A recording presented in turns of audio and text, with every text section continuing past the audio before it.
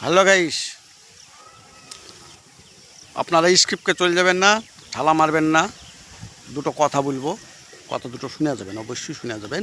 হ্যাঁ, স্ক্রিপ্ট করে ঠালা মারে যাবেন না। তার আগে লাইক, শেয়ার, ফলো, কমেন্ট অবশ্যই করবেন। আর এঙ্গেজমেন্ট ভিডিও কোনোদিন ঠেলা মারা যাবে না, তাহলে একটাও লাভ অ্যাকশন দিয়ে যাবেন, অবশ্যই যাবেন। কথাটা হচ্ছে, আমরা যখন জন্ম হই মুসলিম সম্প্রদায়ে, অন্তত ছেলেরা যদি জন্ম হয় আজান কিন্তু হয়, আজান হয় কিন্তু নামাজ হয় না। নামাজ কি হয়? তা হয় না।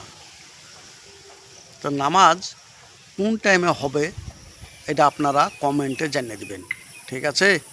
না জানলে তাও বলে দেবেন, জানি না সেটা।